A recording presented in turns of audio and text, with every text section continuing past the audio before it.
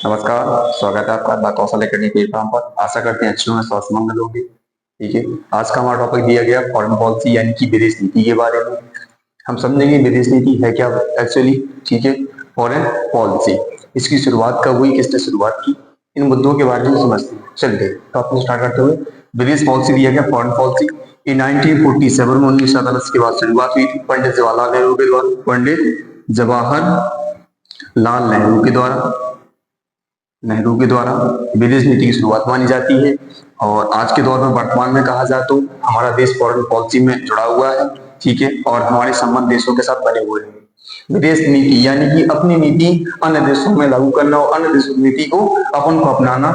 Okay. इससे क्या होता है, इससे मित्रतापूर्ण हमारी क्या बनती है, एक बंधुत्व बनता है। एक राजनीतिक, आर्थिक एवं सामाजिक मुद्दों से हम लोग जुड़ पाते हैं। किसके माध्यम से, विदेश नीति के माध्यम से। ओके। अन्य जो कार्य हमारे इस देश में नहीं हो पा रहा, अन्य देशों में काम करना चाहते हैं, तो उसके लिए हमारे पास क्या है, फॉरेन पॉलिसी है। ठीक है। हम देखते हैं कि विदेश नीति के अंतर्गत हम लोग ट्रांसपोर्ट भी करते हैं, आयात निर्यात करते हैं, एक्सपोर्ट इंपोर्ट भी करते हैं चीजों का। ठीक है। विदेश नीति से।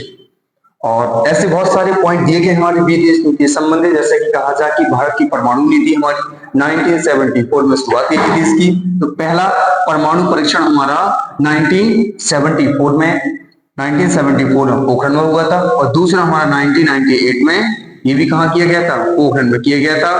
तो पता है समय पर एपीजे अब्दुल कलाम जी हमारे थे। एपीजे अब्दुल कलाम जिन्हें शिक्षा प्रथम शिक्षा मंत्री भी रहे हैं और मिसाइल मैन के नाम से भी जाना जाता है, हालांकि पता है आपको। तो विदेश नीति के अंतर्गत सबसे मेन पॉइंट हमारे दिए गए, क्षेत्रीय अखंडता क्या नहीं होती हमारी, क्षेत्र हमारा खंडित नहीं होता अगर फॉरेन पॉलिसी हमारी होती है तो क्षेत्रीय अखंडता की रक्षा करना विदेश नीति का एक उद्देश्य है, कह सकते हैं एक ऑब्जेक्टिव है। राष्ट्रीय हित की रक्षा करना, राष्ट्रीय हित यानी राष्ट्र के हित की क्या करना, रक्षा करना। ये कौन करती है, हमारी विदेश नीति करती है राष्ट्रीय हित की रक्षा हमारी। ठीक है। एक्सटर्नल पॉलिसी, अंतरराष्ट्रीय नीतियां होती है हमारी, इंटरनेशनल जो हमारी पॉलिसी होती है, एक्सटर्नल होती है और इंटरनल होती है। आंतरिक और अंतरराष्ट्रीय लेवल की होती है। जो बाहर हमारी क्या होती है, पॉलिसी होती है। ठीक है। उन पर भी लागू कौन होती है, हमारी विदेश नीति होती है। ठीक है। ऐसे बहुत सारे उद्देश्य दिए गए विदेश नीति के। ठीक है। क्षेत्रीय अखंडता बनाना। ठीक है। अन्य मामलों में हस्तक्षेप न करना। ठीक है। जैसे कि अन्य देशों में कार्य चल रहा है, हमारे देश में कार्य चल रहा है, तो उनके देशों में क्या ना करना, हस्तक्षेप ना करना उनके। ठीक है। हमारे यहाँ एक पॉइंट निकल कर आ रहा है, शिमला समझौता। नाम आ रहा है शिमला समझौता। शिमला समझौता बेसिकली हिमाचल प्रदेश की जो राजधानी शिमला, वहां पर किया गया था 2 से 3 जुलाई 1972 को। 2 से 3 जुलाई 1972 को दो देशों के मध्य किया गया था। एक तरफ भारत की तत्कालीन प्रधानमंत्री इंदिरा गांधी जी और दूसरे तत्कालीन पाकिस्तान के राष्ट्रपति जुल्फिकार अली भुट्टो के मध्य ये समझौता किया गया था। और इसका नाम क्या रखा गया था, शिमला समझौता। हालांकि समझ गए होंगे। दूसरा समझौता हमारा ताशकंद समझौता लिया गया है।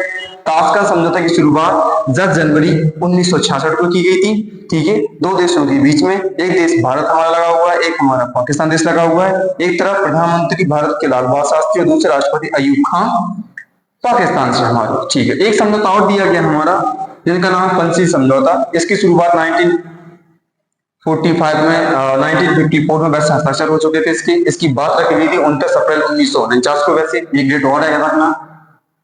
ओके। 29 अप्रैल 1949 इस समय बात की गई थी दो देशों के मध्य में शिमला पंचायती समझौता को लेकर। और इसका पूर्ण रूप से हस्ताक्षर 1954 में कर दिए गए थे तत्कालीन भारत के प्रधानमंत्री पंडित जवाहरलाल नेहरू और चीन के राष्ट्रपति के रूप में चाउ एन लाय के मध्य समझौता किया गया था, जिसका नाम पंचशील समझौता था। इसमें 5 बातें प्रमुख रूप से कही गई, जिसने नाम क्या रखा गया इसका, पंचशील नाम रखा गया इसका। हालांकि समझ लो एक नाम आ रहा है गुजरात समझौता। गुजरात समझौता, ये गुजरात समझौता दिया गया हमारा। बेसिकली याद रखना आप इस गुजरात समझौते को। ये प्रमुख रूप से नेपाल, भूटान और श्रीलंका, ये 3 देश ऐसे थे जो इस गुजरात समझौते में क्या हुए, जो सफल हुए थे। एक देश क्या हुआ था, असफल हुआ था। उस देश का नाम है पाकिस्तान। ये ध्यान रखना। आंतरिक संबंध हमारे तरीके से नहीं बन पाए, जिसका गुजरात समझौता क्या हो चुका था, असफल हो चुका। आशा करते हैं समझ गए होंगे। यहाँ बात आती है भारत की मध्य एशिया को जोड़ो नीति। ठीक है। भारत की मध्य एशिया को जोड़ो नीति। मध्य एशिया का मतलब निकल कर आता है जो हमारा भारत का जोन लगा हुआ है और हमारे ये जो देश लगे हुए हैं, जैसे कि क्रम तरीके से देश लगे हुए, कई बार एग्जाम में पूछ लिया गया है कि देशों के क्रम के आधार पर, ठीक है, तो हम लगाते हैं सक्रियता श्रेणी के आधार पर। पहला देश हमारा मध्य एशिया में आ रहा है कजाकिस्तान, दूसरा किर्गिस्तान आ रहा है, तीसरा हमारा कजाकिस्तान आ रहा है, चौथा तुर्कमेनिस्तान आ रहा है और उज्बेकिस्तान। ये 5 देश आते हैं हमारे मध्य एशिया में। इसकी शुरुआत बेसिकली 2012 में की गई थी, याद रखना होगा। चलिए आगे चलते हैं। भारत की एक्ट ईस्ट नीति, कौन सी नीति? भारत की एक्ट ईस्ट नीति दी गई है, इसकी शुरुआत 2014 में की गई थी, ठीक है, याद रखना आप लोग। ईस्ट का मतलब ये निकल कर आ रहा है कि जो हमारा चाइना वाला क्षेत्र लगा हुआ है, तो चाइना का जो क्षेत्र पूरा लगा हुआ है, सब हमारा किस क्षेत्र का लगा हुआ है? इस क्षेत्र से लगा हुआ है। वो आप देखते हैं कि अगर यहाँ चाइना का मैप हमारा बना हुआ है, ठीक है, और यहाँ हमारे इंडिया का मैप बना हुआ है, तो ये नीति हमारी कहाँ लागू हो रही है? ईस्ट की ओर लागू हो रही है। तो हम सोचते हैं कि कहाँ पर इस ईस्ट को क्या किया जाए? बढ़ाया जाए, सांस्कृतिक, आर्थिक और राजनीतिक मुद्दों के द्वारा बढ़ाया जाए, उसका डेवलप किया जाए, ठीक है, जो विकसित नहीं हुआ है।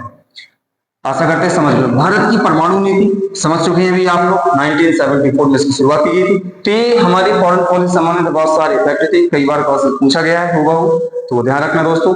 ओके, इन पॉइंटों को मिलते हैं नेक्स्ट वीडियो की ओर। Okay, take care, bye bye. Okay, see you next video के लिए। चैनल अच्छा लगे सब्सक्राइब करें, लाइक करें। ओके, चलिए, धन्यवाद।